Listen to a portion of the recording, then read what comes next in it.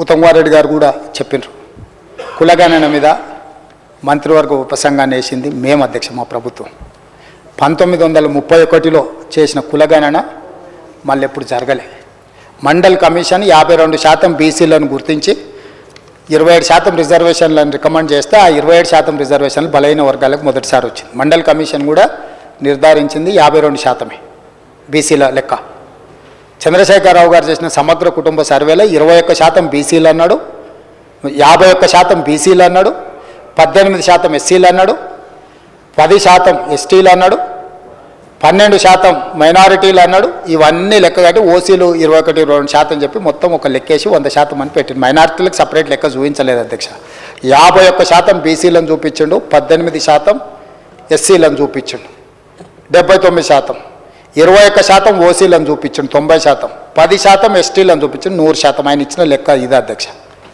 ఈరోజు మేము మంత్రివర్గ ఉపసంఘాన్ని వేసి చర్చించి ఆ తర్వాత కమిషన్ని అధికారులను అందరిని నియమించి ప్లానింగ్ డిపార్ట్మెంట్ ద్వారా 1,03,000 మంది 94,000 మంది ఎన్యూమరేటర్సు, 10,000 మంది సూపర్వైజర్లు, అదేవిధంగా కలెక్టర్ల నుంచి చీఫ్ సెక్రటరీ వరకు, ఎన్యూమరేటర్ నుంచి చీఫ్ సెక్రటరీ వరకు, ముఖ్యమంత్రి నుంచి మంత్రివర్గ సహచరులందరూ మంత్రివర్గ ఉపసంఘాన్ని ఏర్పాటు చేసి ఒక వ్యవస్థను చేసి 50 రోజులు నిరంతరం చేసి 3,54,774 మందిని ఈ భాగస్వాములను చేసిన 96.9% పాల్గొన్నారు.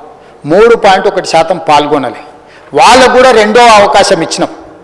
మేము పాతది తప్పన్నారు అన్నందుకు ఏలే అధ్యక్ష. 3.1% సర్వేలో పాల్గొనలేదు కాబట్టి రెండో అవకాశం కూడా ఇచ్చినాం. అప్పుడేమో ఎన్యూమరేటర్లు ఇంటింటికి వెళ్ళి ఇంటికి స్టిక్కర్ వేసి 150 ఇండ్లకు ఒక్కొక్క ఎన్యూమరేటరు 50 రోజుల్లో 1కి 4 సార్లు పోయినా రోజుకు 8 నుంచి 10 ఇండ్ల కంటే ఎక్కువ చేయొద్దని ఒక పద్ధతి ప్రకారం చేసినాం. అయినా కూడా కొంతమంది వివిధ కారణాల చేత రాకపోతే రెండో అవకాశం ఇచ్చినాం. రెండో అవకాశంలో సాంకేతిక నైపుణ్యాన్ని కూడా క్రోడీకరించినాం. టోల్ ఫ్రీ నెంబర్ ఇచ్చినాం, ఆన్లైన్ ఎన్రోల్మెంట్ చేసినాం, ఇండ్ల కాడికి ప్రభుత్వ కార్యాలయంలో కౌంటర్ పెట్టినాం.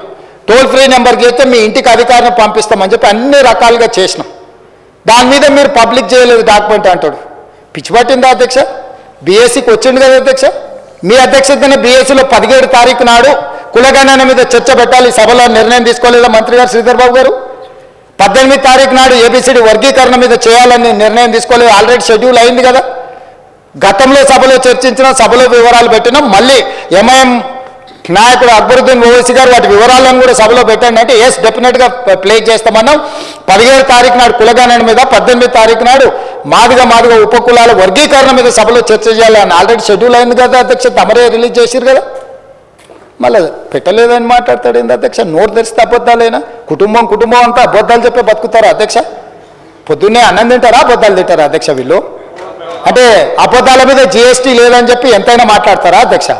ఈసారి కలిసినప్పుడు మా మహేశ్వర్ రెడ్డి గారిని రిక్వెస్ట్ చేస్తున్నాం, మోడీ గారిని అడిగి అబద్ధాల మీద కూడా ట్యాక్స్ పెట్టండి జిఎస్టీ అని చెప్పి అబద్ధాలకు కూడా జిఎస్టీ వేస్తే కానీ వీళ్ళు అబద్ధాలు మానేటట్లేరు అధ్యక్ష. ఎందుకంటే ఇంత అడ్డగోలు అబద్ధాలు ఏంది అధ్యక్ష? ఎక్కడి విధానం ఇది? అందుకే కులగణన మీద, మాదిగ ఉపకులాల వర్గీకరణ మీద, 30-35 సంవత్సరాల వర్గీకరణ మీద, 100 సంవత్సరాల కులగణన మీద ఉన్న సమస్యలకి మా ప్రభుత్వం శాశ్వతమైన పరిష్కారం చూపించింది. అదే విషయాన్ని గవర్నర్ గారు తన ప్రసంగంలో పొందుపరిచింది అధ్యక్ష.